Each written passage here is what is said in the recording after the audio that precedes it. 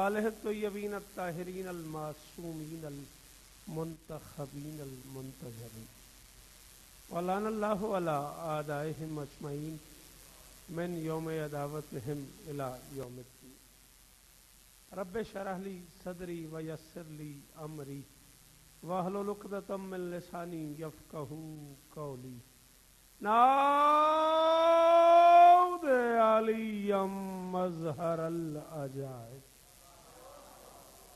تجدہ عونا لک فی النوائب کل ہم وغم سینجلی بعلی بعلی بعلی بعلی صلوات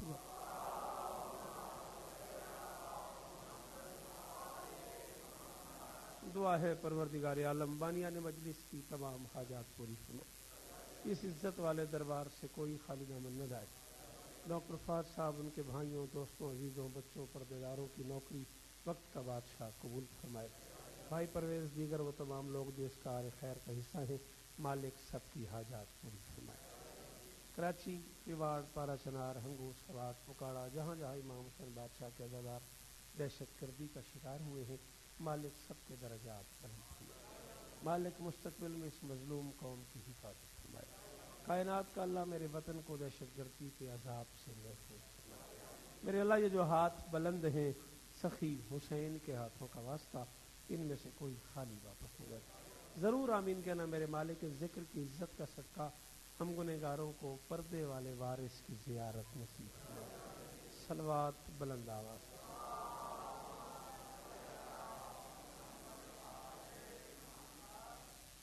میرے محترم سامعین، گزارش یہ ہے کہ جہاں تک مجھے یاد پڑتا ہے، میں اپنی 29 سالہ نوکری میں پہلی بار حسن ابدال حاضر خدمت ہوں۔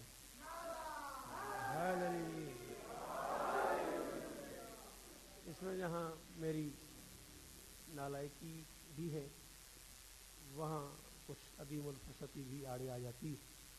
پچھلی مرتبہ جو اکتوبر میں مجلس تھی ڈاکٹر صاحب کے ہاں، جس دن مجلس تھی اسی دن میری اماں اللہ کو پیاری ہو گئی۔ میں گجرات تک آ چکا تھا، ملتان سے راستے سے پلٹ کے واپس چلا گیا۔ مالک ان کے درجات چلے۔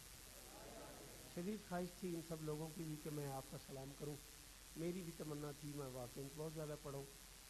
حسن ابدال نہیں آ سکا تھا، اس لیے بہت پڑھا ہوں، ہری پور پڑھا ہوں، مگر حسن ابدال حاضر نہیں ہو سکا تھا۔ عزت مواب عالی مرتبہ مرشد فساد شادی کا بڑا دل تھا کہ میں ہر حال میں حاضر ہوں، میں حاضر خدمت ہوں۔ حکم مجھے یہ ہوا ہے کہ میں آپ کو وفا کے پروردگار کا خطبہ سناؤں۔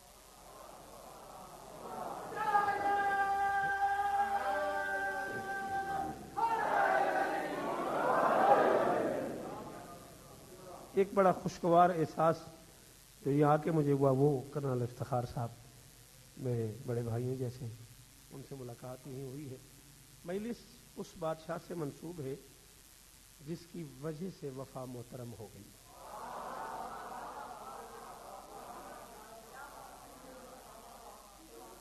اگرچہ میں آیا پہلی بار ہوں، تاریخ بڑی سنی ہے میں نے حسن ابدال کے معیار سماعت کی، تو میں توقع کرتا ہوں حکم جو مجھے ہوا ہے، حیدرآباد دکن کی کوئی سی ڈی سنی ہے بھائی جان نے، انہوں نے مجھے حکم کیا کہ وہ سناؤ، وہ تو میں سنا ہی رہا ہوں۔ ایک سلام میں اپنی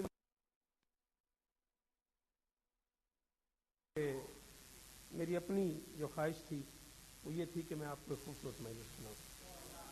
وقت ہے نا، میں چلوں صلوات پڑھ دے مل کے بلند آواز۔